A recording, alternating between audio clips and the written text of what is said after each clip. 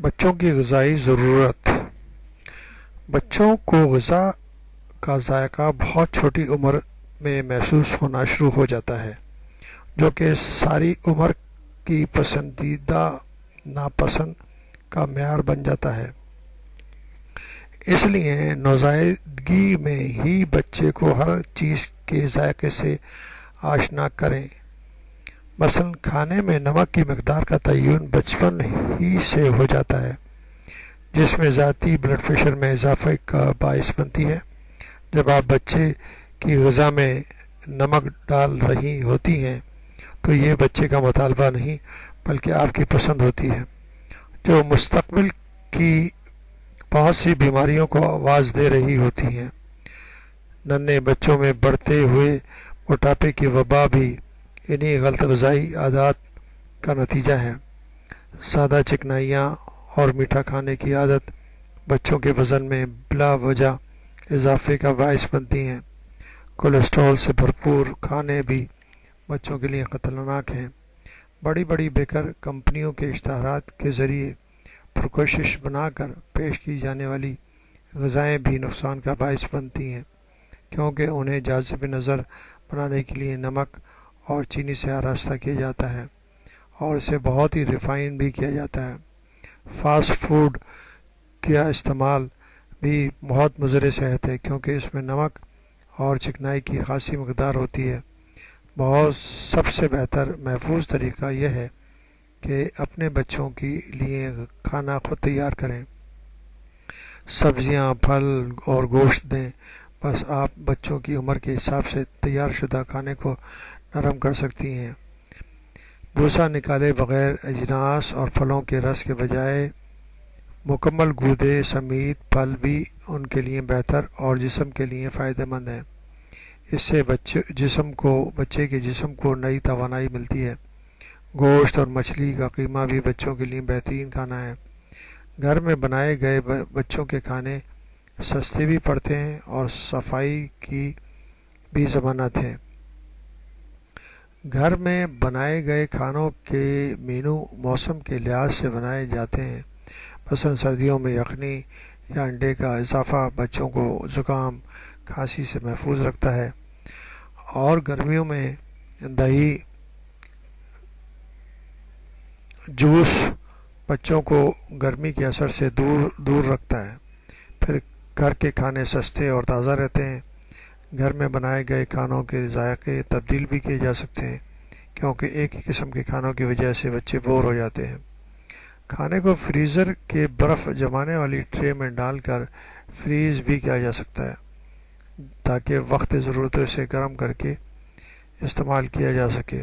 بچوں کی غذائی عادت پر تحقیق کرنے والے ڈاکٹر اس رائے پر پہنچے ہیں کہ بچوں کو بہت تھوڑی عمر سے ٹھوس غذا شروع کرا دینی چاہیے، یعنی 3 سے 4 ماہ کی عمر سے ہی، تاکہ بچے زیادہ آسانی سے ٹھوس غذا کا عادی ہو جائیں۔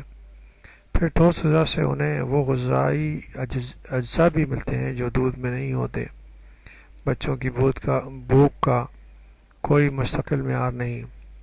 کچھ بچے 3 ماہ میں صرف دودھ سے سیر نہیں ہوتے اور کچھ 6 ماہ بعد بھی ٹھوس غذا کھانا پسند نہیں کرتے۔ شروع میں چھوٹے بچوں کو دودھ کے درمیانی وقفوں میں کھانا کھلائیں، کیونکہ مکمل بھوک کی حالت میں بچے دودھ کے علاوہ کچھ اور لینے پر آمادہ نہیں ہوتے۔ رفتہ رفتہ ان کے کھانے کا وقت مقرر کرتی جائیں۔ ٹھوس غذا اس ترتیب سے شروع کریں: نمبر 1 اجناس، نمبر 2 پھل، نمبر 3 سبزیاں، نمبر 4 گوشت۔ 6 سے 7 ماہ کی عمر کے بچے ایسی غذائیں پسند کرتے ہیں جو وہ خود اپنے ہاتھ سے پکڑ کر کھا سکیں، اس لیے انہیں خود کھانے کی عادت ہو جاتی ہے۔ روٹی کا ٹکڑا یا ہڈی ان کے ہاتھ میں دی جا سکتی ہے۔ 1 سال کا بچہ کھانے کے معاملے میں خاصا ٹرینڈ ہو چکا ہوتا ہے، وہ اپنے ضروریات کے مطابق کھانے لگتا ہے۔ 1 سال کے بچے کا مینو اس طرح بنائیں: ناشتہ اناج، گندم، دالیں، چاول کسی شکل میں بھی، یعنی روٹی، پراٹھا، دلیا، سیریلیک، ڈبل روٹی، فرینچ ٹوسٹ، ابلا ہوا یا تلا ہوا انڈا، کوئی پھل یا جوس اور دودھ۔